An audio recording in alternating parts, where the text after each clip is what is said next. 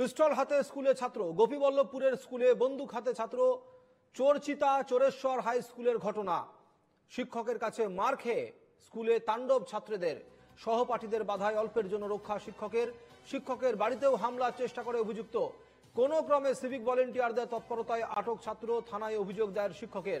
অভিযুক্ত ছাত্রকে পাকড়াও করেছে পুলিশ। কোথা থেকে ছাত্রের হাতে বন্দুক এলো তা নিয়েই উঠছে প্রশ্ন। হাতে বন্দুক নিয়ে ছাত্রর আক্রমণ শিক্ষকের ওপর।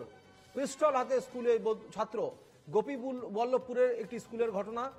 স্কুলে বন্দুক হাতে ছাত্র প্রবেশ করায় রীতিমতো উদ্বিগ্ন অন্যান্য অভিভাবক থেকে শুরু করে অন্যান্য শিক্ষক শিক্ষিকারাও। ইতিমধ্যেই ছাত্রকে গ্রেপ্তার করেছে পুলিশ। গোপীবল্লভপুরের চোরচিতা চোরেশ্বর হাই স্কুলের ঘটনা।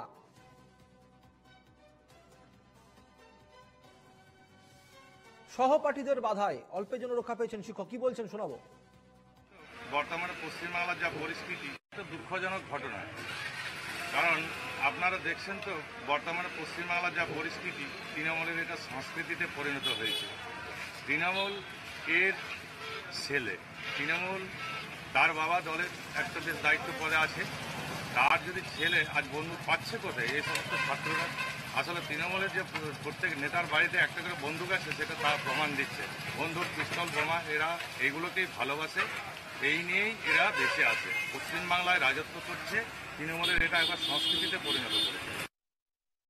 কি করেন ভিড়িয়ে দিন। টুটুন দাস আমাদের প্রতিনিধি রয়েছেন টেলিফোনে। টুটুন, চোরচিতা চোরেশ্বর হাই স্কুলে একটি ছাত্র হাতে পিস্তল নিয়ে স্কুলে প্রবেশ করে গেল। কোথা থেকে এত পিস্তল আসছে এই নিয়েই প্রশ্ন করছেন। কি আপডেট রয়েছে?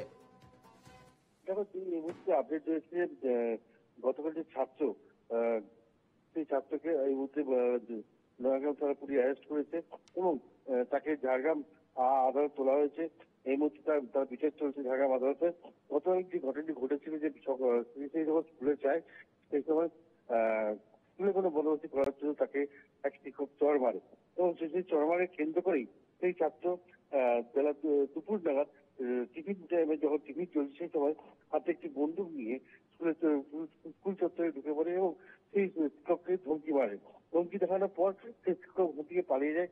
পরে সেই ছাত্র তার বাড়িতে চলে যায়।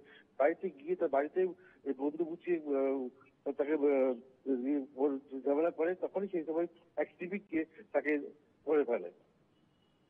বেশ, ধন্যবাদ টুটুন।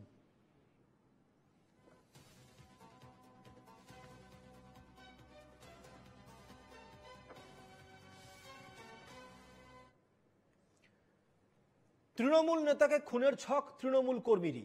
সিউড়িতে আগ্নেয়াস্ত্র সহ ধৃত দুই তৃণমূল কর্মী। ধৃতরা হলেন হেমন্ত সাহা ও স্বর্ণেন্দু মণ্ডল। তৃণমূল বিধায়ক বিকাশ রায়চৌধুরীর হাতে ধরে তৃণমূলে যোগ দেন এই হেমন্ত। জানিয়ে রাখি আপনাদেরকে, যে হেমন্ত বিকাশ রায়চৌধুরীর হাত ধরে তৃণমূলে যোগদান করেছিল, ধৃতদের নিশানায় এখন সেই তৃণমূল বিধায়ক ঘনিষ্ঠ কোন নেতাকে খুনের ছক করা হচ্ছিল। এ নিয়ে উঠছে প্রশ্ন। ধৃতদের গ্রেপ্তারির পরেই জেলা জুড়ে তোলপাড়। তৃণমূল নেতাকে খুনের ছক তৃণমূল কর্মীরই। সিউড়িতে আগ্নেয়াস্ত্র সহ ধৃতরা হলেন হেমন্ত সাহা ও স্বর্ণেন্দু মণ্ডল। জানিয়ে রাখি, এই হেমন্ত বিকাশ রায়চৌধুরীর হাত ধরেই তৃণমূলে যোগদান করেছিলেন। মাসখানেক আগেই তৃণমূলে যোগদান এই হেমন্ত। তৃণমূলে বিধায়ক বিকাশ রায়চৌধুরীর হাত ধরেই তৃণমূলে যোগদান, সেই ছবি আপনারা দেখতে পাচ্ছেন। এরপরই প্রশ্ন উঠতে শুরু করেছে, ধৃতদের নিশানায় তাহলে কি কোনো নেতা ছিল? তৃণমূল বিধায়ক ঘনিষ্ঠ কোনো নেতাকে খুনেরই ছক ছিল? এর আগেও আমরা এরকম ধরনের ঘটনা একাধিকবার দেখেছি। মালদায় বাবলা সরকার খুনের ঘটনায় এই ধরনের তথ্য উঠে এসেছিল।